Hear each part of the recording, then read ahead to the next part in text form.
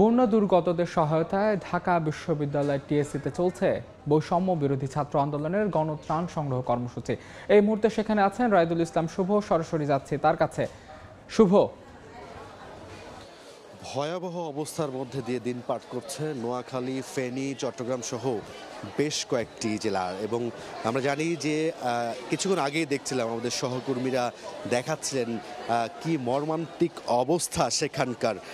সেই যে বন্যার্থ মানুষগুলো, অসহায় মানুষগুলোর পাশে দাঁড়াতেই কিন্তু সারা দেশের মানুষ হাত বাড়িয়ে দিয়েছেন। এবং আমরা এই মুহূর্তে টিএসসিতে রয়েছি। টিএসসিতে আমরা দেখতে পাচ্ছি যে সাধারণ শিক্ষার্থীরা কিন্তু এই বৈষম্য বিরোধী ছাত্র আন্দোলনের শিক্ষার্থী সহ সকল শিক্ষার্থীরা কিন্তু এই অংশ নিয়েছে এই ত্রাণ সামগ্রী সংগ্রহতে।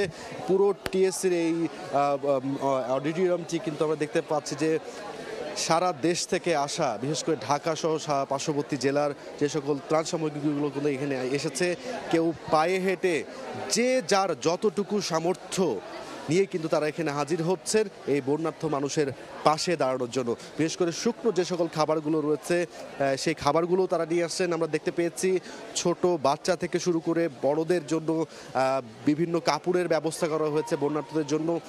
সেটি মাঠে এখন তাদের কার্যক্রম চলছেন। এবং আমরা দেখতে পাচ্ছি শিক্ষার্থীরা হাতে হাতে করে কিন্তু যেই ত্রাণগুলো আসছে, যারা নিয়ে আসছেন তারা কিন্তু ঘরের দিকে নিয়ে যাচ্ছে। ঘরে আসলে সেখানে সেই ত্রাণগুলো বিভিন্ন একটি প্যাকেটিং করে পাঠানোর জন্য কিন্তু সেই সামগ্রীগুলো প্রস্তুত করা হচ্ছে।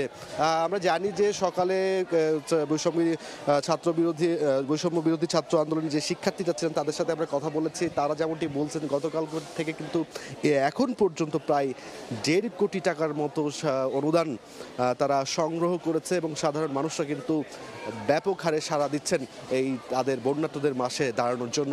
এবং আমরা দেখতে পেয়েছি যে এই যে বিশেষ করে একটি মুড়ির প্যাকেট হাতে নিয়ে আসছেন, কেউ বিস্কিটের প্যাকেট হাতে নিয়ে আসছেন, কেউ একজন রিক্সাওয়ালাকেও আমরা দেখেছি যিনি কিনা আসলে তার যে সামর্থ্য সেই সামর্থ্যটুকু নিয়ে বন্যার্থদের পাশে দাঁড়িয়েছে। এই যে একটি দেশে ক্রান্তি মুহূর্ত চলছে, বিশেষ করে দক্ষিণাঞ্চলে যে সকল জেলাগুলো ভয়াবহ চিত্র আমরা বিভিন্ন গণমাধ্যম সহ সামাজিক মাধ্যমগুলোতে দেখতে পাচ্ছি যে তারা কি ভয়ঙ্কর একটি অবস্থার মধ্যে দিয়ে পার করছে। সেই অবস্থাতে কিন্তু কেউ আর ঘরে বসে নেই। যারা সেখানে পারছেন না উপস্থিত হতে, তারা আসলে এই যে ঢাকা বিশ্ববিদ্যালয় সহ বিভিন্ন জায়গাতে বিভিন্ন সংগঠন করে তারা ত্রাণগুলো সংগ্রহ করছেন এবং সেই বন্যার্থদের মাঝে পৌঁছে দেওয়ার চেষ্টায় অক্লান্ত পরিশ্রম করে যাচ্ছে। তো সবকিছু মিলিয়ে টিএসসি থেকেই ছিল আমার কাছে সবশেষ। ঢাকা বিশ্ববিদ্যালয় টিএসসিতে চলছে গণত্রাণ সংগ্রহ কর্মসূচি। সে খবর জানতে সরাসরি যুক্ত ছিলাম সেখানে।